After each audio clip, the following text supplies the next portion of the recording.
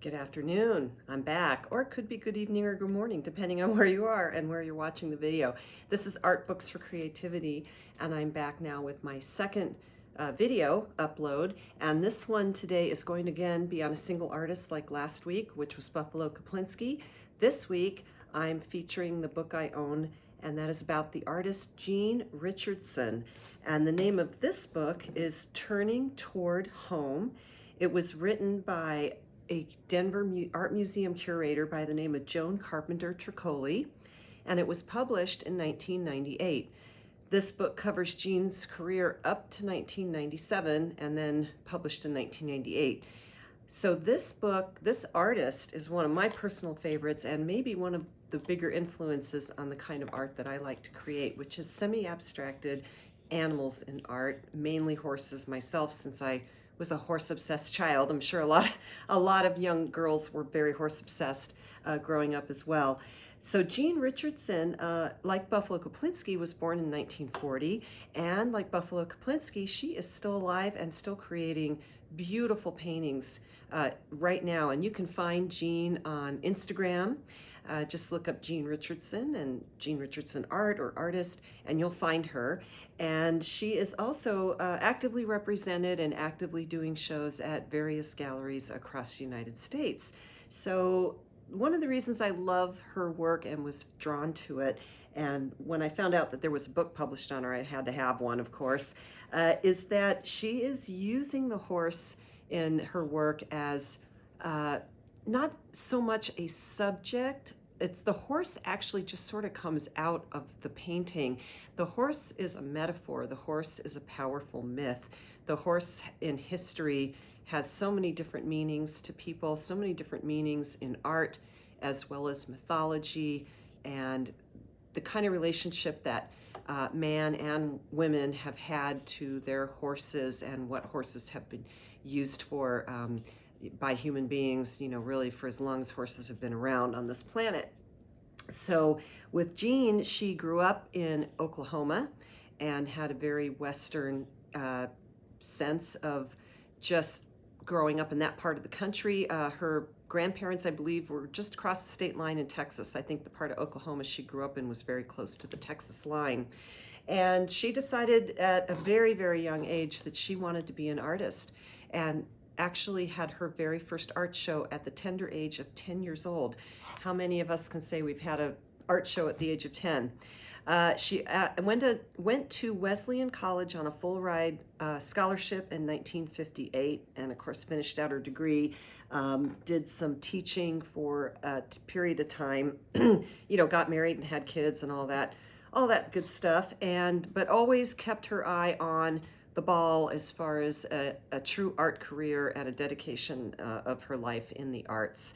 And one of the things, and I've got some pictures I'm going to show you, but on the cover here, hopefully you can very clearly see this horse painting. It's part of a larger work, and they've got the back on the back of the cover. So she started out, like a lot of artists of that period, being heavily influenced by what was going on in the country in terms of art, and that was abstract expressionism. And I think what Jean has done is taken abstract expressionism and really put her own spin on it, her own color palette, her own, just put her stamp on it, and especially with the use of horses as the metaphor and the subject matter. And I want to show you one of the larger pieces that's featured in this book. And you can see this color palette almost is just a primary. You've got blue and red, maybe going a little into yellow, addition of white here, and just taking really what kind of is a simple color palette, but getting so much movement and just blending going on. And I'll put that up a little closer. Hopefully you can see the amount of texture that she puts onto her canvas as well. I think she had said in part of the book that the texture really informs the rest of the canvas and where it is going to go. So she is probably doing that heavy texturing first. As somebody who has worked with texturing canvases myself using modeling paste, I can tell you that putting the modeling paste down first, letting it dry, and then going back over it, you can really get some variations in the paint dark areas and light areas, and it actually is a great way to manipulate paint, is by having that texture. And you can see some other examples here. Get those a little closer. And I think I should have an example here too of, well, here's an interesting color palette as well. That one is leaning more into the very neutrals, very brown colors. I think she kind of spent some time going back and forth between working in bright colors versus working in these more dulled down and neutral colors. So she also worked, before she solely focused on the horses, she also worked with Native Americans on horseback, and those were influenced by another artist, a photographer. I think that a lot of Western painters also are influenced by or look to his photography for inspiration, and that is photographer Edward S. Curtis. And you can see here in these old black and white photos by Edward S. Curtis that those inspired this series of paintings that she's done here. And I'll turn to a couple more pages where you can see those as well. Here's another very good example. And another one on this page, except that this was inspired by visiting powwows and seeing the fast movement of the dancers as well as the colorful costumes. Just really the perfect subject matter, honestly, for somebody who wants to work in that very emotionally driven, intuitively driven, abstract expressionist style of painting. And then we're back to the horses. But I really do like what she did in this series. And there's not as many photos in this series, and I'm not sure how many she actually did in this series. But the Edward S. Curtis photographs are part of what she called a series called Prairie Myth. And Prairie Myth was her series that preceded what ultimately became and what she's best known for, and that is the horses. Again, I want to show you some other outstanding paintings that are in here. Here's a very large one, and she's got quite a nice mix of all different colors, starting with very neutral tones at the bottom, working up into almost like ghostly white horses, some deep, rich violets and greens up in here, moving on over here into some deep, rich blues, more of a kind of like a red tone violet. And the whole painting just makes your eye just want to travel all over it. There's areas where your eye can rest, and there's areas that are also very exciting to look at, and there's areas that make you just want to go deep and take a very deep look into what is going on in that part of the painting. And I think that's a great sign of a very good painter and somebody who is really reaching down deep into their very soul to express their art and get it out on the canvas.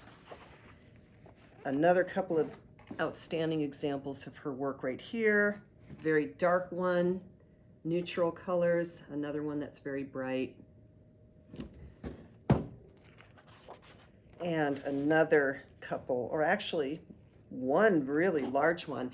Now, I had a real treat of seeing her work in person. There was a gallery that was open many years ago up in Jackson, Wyoming, and that is where her art was on display and for sale at this gallery. It's no longer there, but that was the first time that I had seen her work in person. And if you get a chance to ever see her work in person, it is really a wonderful visual, very strong, very appealing. I also know somebody back in my old town of Colorado Springs that has a beautiful original of Jean's hanging above the fireplace there. And again, if you are looking for some inspiration for yourself in your art, look as an art collector, looking for some way to put paint on a canvas that's different, looking for texture, looking for interesting color palettes, I think the Art of Jean Richardson might be of interest to you. It might be of interest to you to own a book like this. One of the reasons why I not only own books that show art techniques or how to work with certain art mediums like acrylic, for example, is to get inspiration and ideas, not necessarily to copy, because you don't want to copy other artists, but you want to, if you're really kind of stuck, you don't know what you're going to do in your studio. Sometimes most intimidating thing is to approach a white canvas. Sometimes just sitting down and flipping through a book like this, or a book like Buffalo Kaplinski, which I featured last week, is a jumping board for you. It might just really get the brain working and help you with your own studio practice with the kind of work that you're creating. And I hope that this will help. Again, this is Jean Richardson, Turning Toward Home. I did check on my two favorite places to buy used books, Amazon and Thrift Books. And Thrift Books has one copy, and so does Amazon. So if you like the looks of this book and what's inside of it, I would suggest go over there now and buy yourself the single copy that's available, or put yourself on a wish list, and maybe you'll find it in a used bookstore. Sometimes I run across things in used bookstores. We've got quite a few of them up here in our area, and I always go over to the art section because you just never know what you're going to find. And you might find a little treasure, as always, in these bookstores. One of my favorite things to go do is go hunting for good used books. So again, I hope you enjoyed today's video. I'll be back again next week with another video featuring either a single artist, maybe an art movement, maybe an art technique, or an art medium. That's kind of the gist of the page or my videos that I'm trying to do here on my channel. And I won't be perfect, and sometimes I'll flub up like I just did, but hopefully you'll enjoy it, and you'll click and like and subscribe. Thanks so much for watching today. Appreciate it. Have a great day. Bye.